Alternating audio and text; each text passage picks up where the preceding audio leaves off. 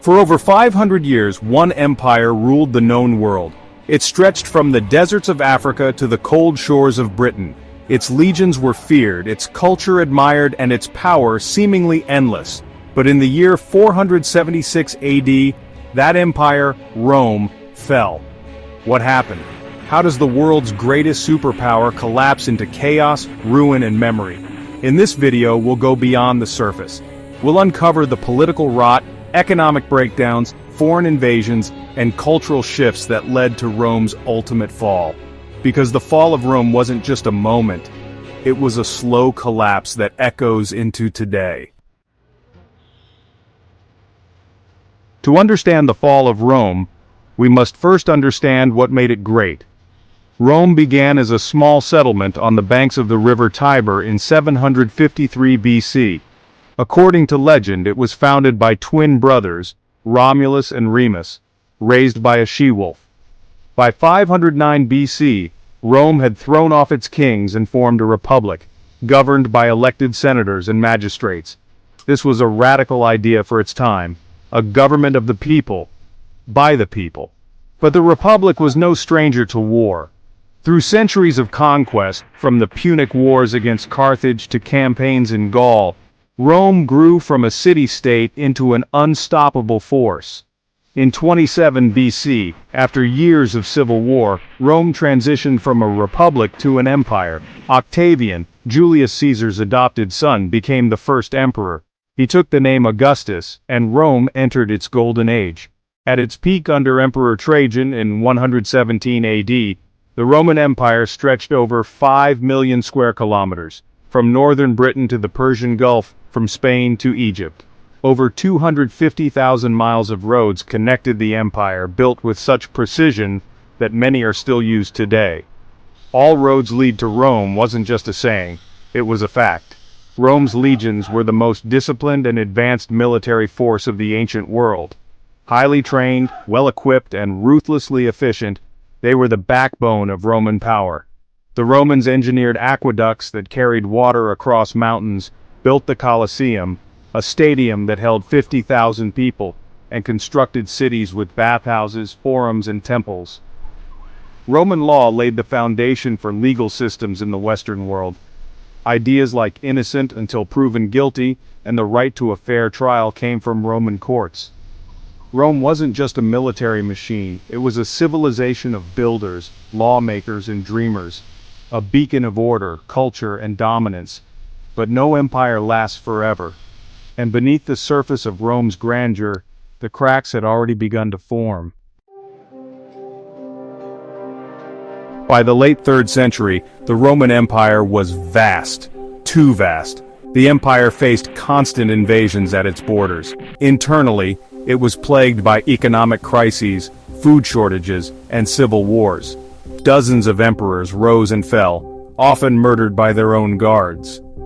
Between 235 and 284 AD, Rome went through nearly 50 emperors, a period now known as the crisis of the 3rd century.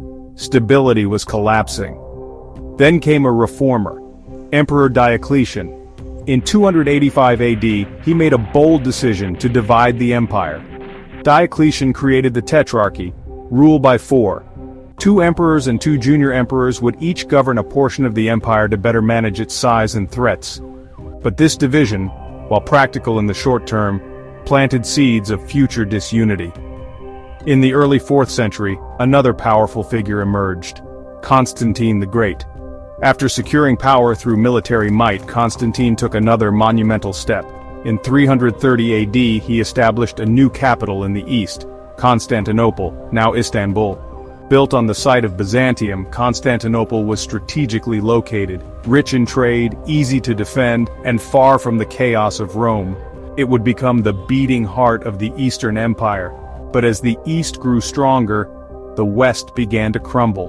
While the Eastern Empire thrived under centralized rule and trade with Asia, the Western Empire staggered under pressure, its cities declining, its military stretched thin.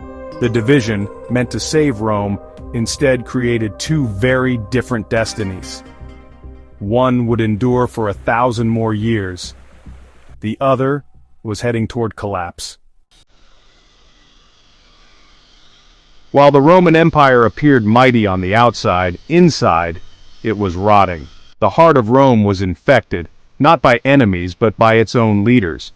From 235 to 284 AD, Rome saw over 20 emperors in just 75 years, many ruling for months, some just weeks. Most did not die peacefully. They were murdered by rivals, betrayed by their generals, or killed by their own guards. The Praetorian Guard, Rome's elite bodyguards, became kingmakers and kingslayers. Power no longer passed through law or loyalty, it passed through blood. Emperors were so focused on fighting each other, they ignored the real threats at the borders. Entire legions were pulled from the frontiers to fight in civil wars. As generals battled for the throne, the empire's defenses crumbled. Enemies saw opportunity. Corruption seeped through every layer of Roman society. Public service became a path to power and profit, not justice or stability. Rome's political system, once admired across the world, could no longer hold. The Senate had lost power. The people had no voice. The emperors, instead of being leaders, became paranoid rulers, fearing betrayal at every step. This was no longer a republic, nor a healthy empire. It was a game of survival, and Rome was losing. By the time the 3rd century ended, Rome had survived. But it was wounded, exhausted, and divided. What once was a beacon of order had become a battlefield of ambition. An empire is only as strong as its economy, and Rome was going broke. For centuries, Rome's economy ran on the backs of slaves. Conquests brought in new labor, cheap, abundant, and controllable. But when expansion stopped, so did the slave supply. Rome had built wealth through conquest, not invention. With slaves doing the labor, there was little reason to innovate. Unlike other civilizations that turned to machines or methods, Rome stayed stagnant. To pay for its massive army and bureaucratic machine, emperors began devaluing the currency. Silver coins were mixed with cheaper metals like tin and lead. The result? Rampant inflation. Prices skyrocketed. Trust in Roman money collapsed. People reverted to bartering, trading chickens for cloth instead of using coins. The Roman countryside was once fertile and rich, but centuries of war and overuse exhausted the soil. Small farmers, unable to compete with large estates or meet rising taxes, were forced off their land. To survive, many became coloni, tenant farmers who worked someone else's land in near-slavery conditions. And while the poor were crushed, the wealthy evaded taxes through influence and bribery. The burden fell on the shrinking middle class. The Roman middle class, artisans, traders, minor officials, once formed the backbone of urban life. But inflation, overtaxation, and political instability wiped them out.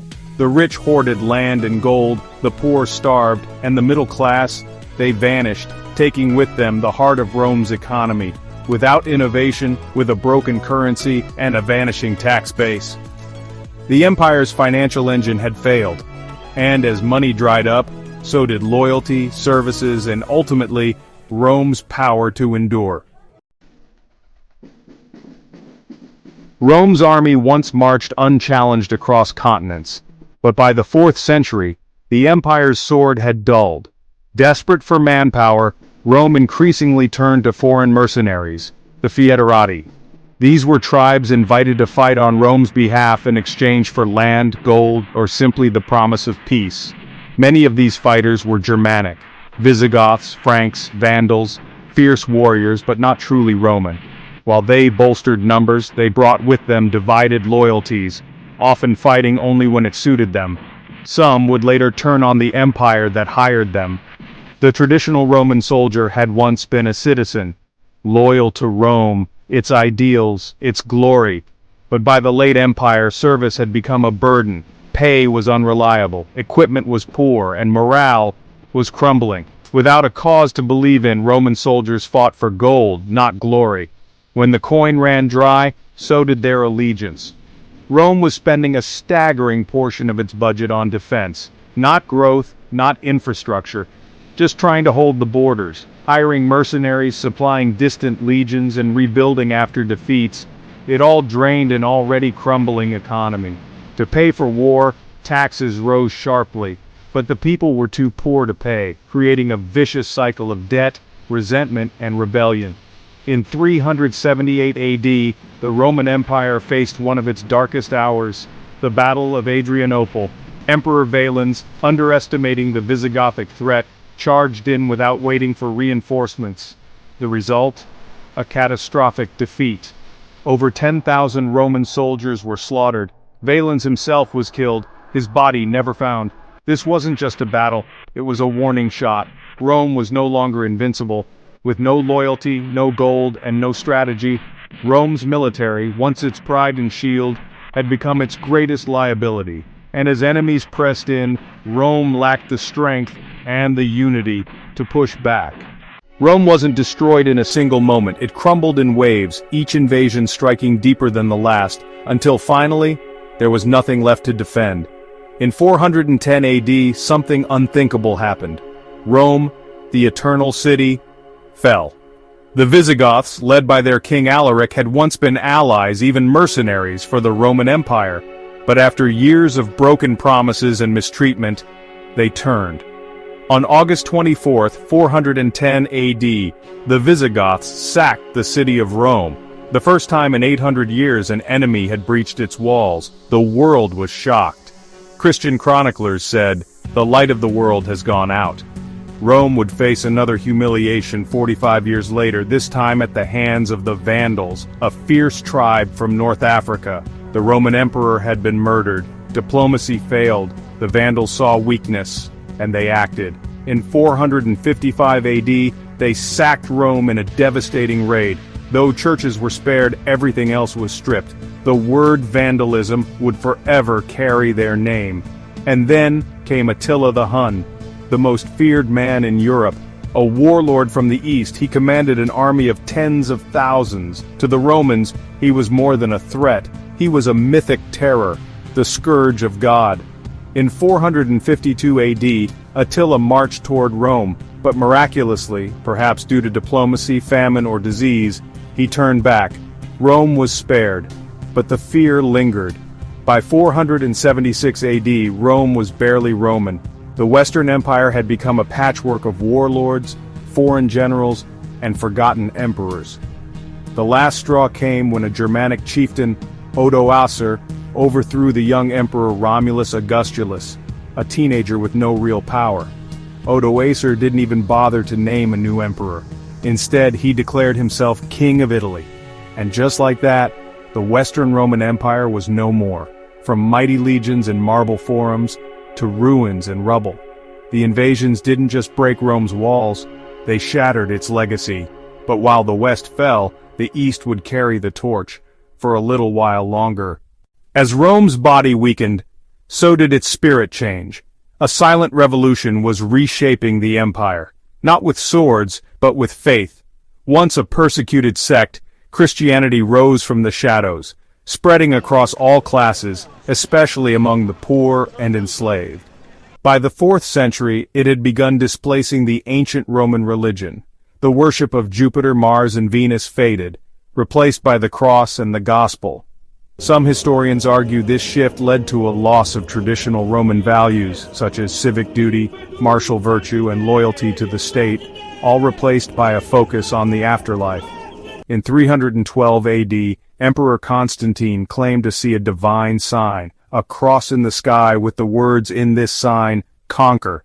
That vision would change history. Constantine became the first Christian emperor, and Christianity was not only legalized, it was embraced. Later, in 380 AD, under Emperor Theodosius I, Christianity became the official state religion of the Roman Empire.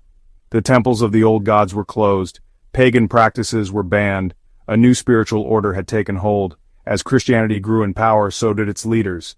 Bishops, once humble shepherds, became political influencers.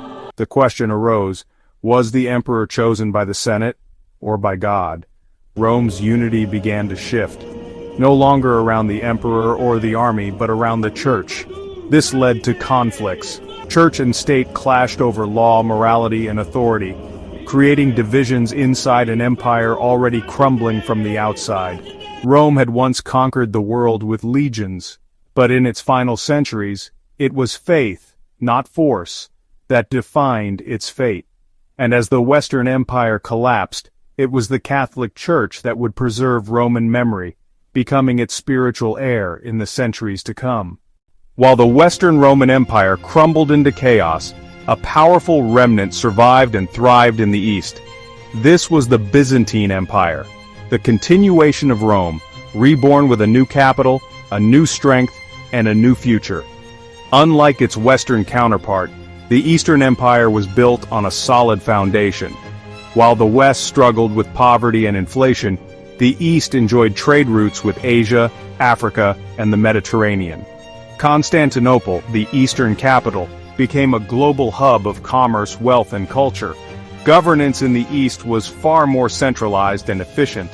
Skilled bureaucrats managed the empire's resources, taxes, and military with precision. Corruption was not absent, but unlike the West, the Eastern Empire had enough strength to contain it. Constantinople's geographic location was a fortress in itself. Surrounded by water on three sides and protected by massive defensive walls, it was nearly impossible to conquer. From here, the Byzantines could monitor both European and Asian threats, while keeping vital trade alive. For nearly 1,000 years after the fall of the West, the Eastern Roman Empire stood tall. Known to history as the Byzantine Empire, it preserved Roman law, Greek culture, and Christian faith, until it too met its end, in 1453. But by then, it had outlived its Western sibling by almost a millennium. The legacy of Rome did not die with the fall of its cities. It lived on in the Byzantine Empire, in the laws and governance that shaped medieval Europe, and in the Christian faith that spread across continents. Rome's story is not just one of decline and fall, but of transformation and endurance. Its influence echoes through the corridors of history, a testament to an empire that in many ways never truly fell. When the Western Roman Empire fell in 476 AD, it wasn't just the fall of a government, it was the collapse of an entire world. Roman cities had once thrived on engineering, roads, aqueducts, sewers, and centralized planning. But after the fall, maintenance stopped, skilled engineers were gone, trade routes broke down, cities decayed, the urban world shrank, many people fled to the countryside, and Rome, once a city of over 1 million, became a shadow of itself. Rome's vast territory fractured into dozens of barbarian-controlled kingdoms. Tribes like the Visigoths, Ostrogoths, Vandals, Lombards, and Franks carved out their own domains. But without Rome's legal systems and infrastructure, chaos followed. Warfare was constant, stability vanished.